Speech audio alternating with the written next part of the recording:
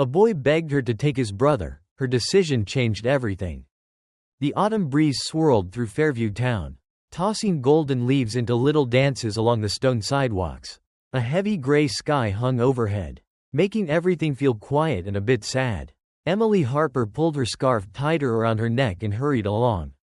The Sunday market on Oak Street would close soon, and she needed to pick up apples, carrots, and maybe some fresh bread for the week. It was a habit she'd kept even after her divorce. When she started cooking just for herself again, her mind buzzed with thoughts, work emails, a bill she forgot to pay, a call she owed her sister. In her pocket, she clutched a crumpled list of groceries. To everyone else, it was just another Sunday. But Emily, caught in her routine and quiet loneliness, had no idea her life was about to change forever. As she neared the market, the familiar sights and smells greeted her. Farmers stacked shiny red apples, a baker called out about warm loaves, and vendors packed up crates of unsold greens. Emily moved through the crowd, her steps quick but her eyes distant, like she was part of the scene but not really there. Then, something tugged at her jacket. She thought it was an accident at first, but when she turned, her heart skipped. A boy, maybe 9 years old, stood in front of her. His blue eyes were sharp but tired, too serious for a kid. His clothes were too big, a faded jacket with a torn sleeve, jeans with holes at the knees, and dark hair messy like it hadn't been combed in days. In his arms, wrapped in a thin, stained blanket, was a baby. The infant's tiny face was pale but soft, with rosy cheeks that stood out against the boy's worn-out look. The baby squirmed, making a small, sleepy sound. "Ma'am," the boy said, his voice quiet but steady. "Do you want a baby?" Emily froze. "What? Please take my brother," he said, softer now. "He's 6 months old, and he's hungry." The words hit her like a cold wave. She stepped back, her mind spinning. Around them, the market went on. People laughed. Vendors shouted. No one noticed the boy and his baby brother standing like a still point in a rushing river. The boy's eyes stayed on her, unblinking. "Mom said she'd come back," he added, "but she hasn't. It's been days. We're out of food. And Liam cries all the time." Emily's chest tightened. "Where's your dad? Any family?" He shook his head. "Just Mrs. Carter, our neighbor. But she's in the hospital. It's just us." The baby, Liam, let out a soft, hungry cry, and the boy rocked him gently, his small arms clumsy but careful. "I tried giving him milk," the boy said, "but it went bad. I don't have money for more." Emily's heart pounded. Part of her screamed to help them, but another part whispered warnings. This could be a trick. Be careful. Still, her hands moved before her brain caught up. "Can I hold him?" she asked, her voice shaky. The boy hesitated, his eyes searching hers. Then, slowly, he handed Liam over. The baby's warmth against Emily's chest felt like a spark, waking something deep inside her. She tightened her arms around him, feeling his tiny body relax. "Let's go to the store," she said, her voice stronger now. "We'll get formula and a bottle. Then you're coming with me to get warm and eat. We'll figure out what's next after that." The boy, whose name she'd soon learn was Ethan, stared at her, like he was trying to decide if she was real. Then he nodded. Together, they left the market, Emily holding Liam, Ethan walking close beside her, their steps swallowed by the busy town. At the pharmacy, Emily bought formula, a bottle, and diapers, her hands shaking as she paid. Ethan watched silently, clutching the edge of his jacket. When they reached her small apartment on Pine Avenue, Emily set Liam on the couch, propping him with pillows. She warmed the formula, following the instructions like it was a test she couldn't fail. Ethan sat nearby, his eyes never leaving his brother. When Liam drank, his tiny hands grabbing at the bottle, Emily felt a lump in her throat. Ethan ate a peanut butter sandwich she made, devouring it like he hadn't eaten in days.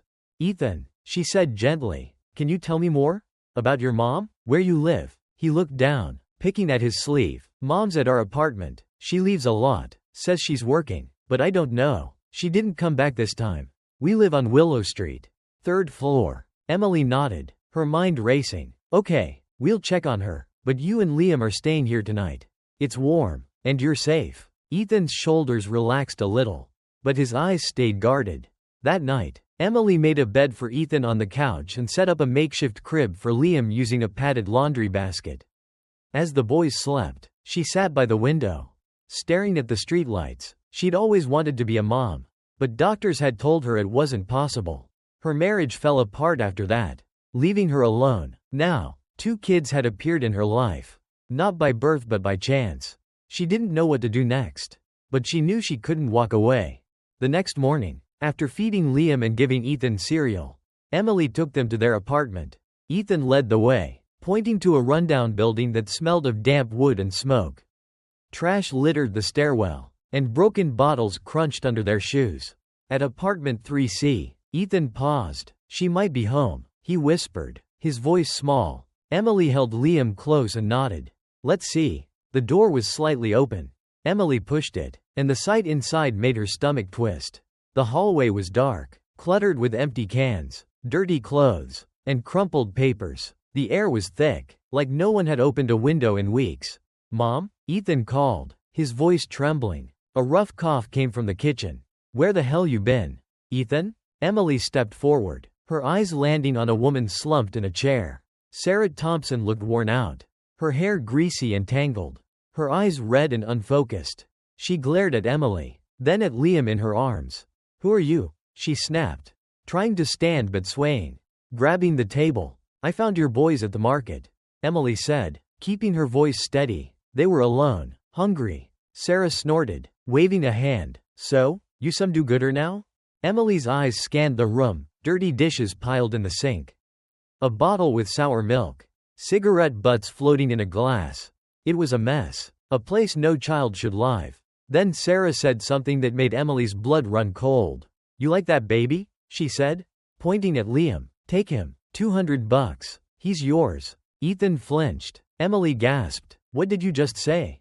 You heard me, Sarah said, leaning back. He cries too much. I got no formula, no diapers, no patience. You look like you got cash. Take him. Hell, take both. Less for me to deal with. Emily clutched Liam tighter, anger burning in her chest. They're not things you can sell. Sarah laughed, a bitter sound. Everything's for sale, lady. Nobody cares about kids like them. Ethan's face went pale, but he didn't cry. Instead, he stepped forward, standing between Emily and his mom. I'll get our stuff, he said quietly. No, Emily said, her voice soft but firm. You're not alone anymore. She turned to Sarah, who was now sipping from a half-empty bottle. I'll be back with papers. Sign them, or I'm calling the authorities. Sarah shrugged. Whatever. Bring cash. Emily guided Ethan out, his small backpack stuffed with a few clothes, a toy car, and Liam's blanket. Outside, the sunlight felt too bright. Ethan looked up at her. What you did in there? I haven't done anything yet, Emily said, but I will. As they walked to her car, Ethan asked, Are we going home now? Emily looked at him. A boy who'd kept his baby brother alive with no help. No food, no hope. She took his hand. Yes, she said, let's go home. Back at her apartment, Emily settled Liam into his makeshift crib. Ethan stood by the door, gripping his backpack like he was afraid to let go. You can come in, Emily said. This is your place too. For now. Ethan nodded but stayed put, like he didn't trust the ground to stay solid. Emily understood. She'd felt that way after her divorce. Like the world could crumble any second. That night, as rain tapped the windows, she sat with her phone, knowing she had to call child services. It was the right thing. But it scared her. What if they took the boys away? What if they split them up? Ethan had said, if they take us, we won't see each other again. She couldn't let that happen. The next morning, she called. The woman on the phone sounded bored until Emily said, their mom tried to sell the baby. That got attention. An officer came that afternoon. Emily told her everything, and Ethan answered questions in a quiet voice. By evening, Sarah was in custody, and the boys were placed in temporary protective care. Emily stood outside the social worker's office as Liam was carried away, his cries echoing in her heart. Ethan didn't cry, but his eyes were full of fear. Will you come get us? He asked. I will, Emily whispered. I promise. The next weeks were a whirlwind. Emily filled out forms, met with social workers, and opened her life to inspection. Her apartment was checked, her bank account reviewed. You're single, one worker said, raising an eyebrow. No parenting experience. You want to take in 2 kids? One's a baby, and the other's been through trauma. Yes, Emily said. To all of it. They warned her it could take months. The boys might be sent to foster homes. Being single made her less ideal. But Emily didn't back down. She visited Ethan and Liam at the shelter, bringing books for Ethan and a stuffed bear for Liam. She read to them, helped Ethan with math, and became their steady point in a stormy sea. Her past, her divorce, her grief over not having kids, became her strength. I couldn't have children, she told a judge, but I chose these boys. I love them, that matters. 3 months later, in a small courtroom, Emily stood with Ethan holding her hand and Liam in her arms. The judge looked at her file, then at the boys. Temporary guardianship granted to Ms. Emily Harper. She said, "We'll review for adoption in 6 months." Ethan's eyes went wide. Does that mean we're staying?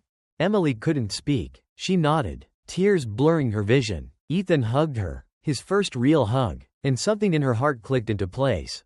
Life wasn't perfect, but it was theirs. Ethan started at Maple Grove Elementary, where he made friends and joined the soccer team. He still had nightmares sometimes, but they faded. Liam grew fast, toddling around with a grin, calling Emily, Mama, before he said much else.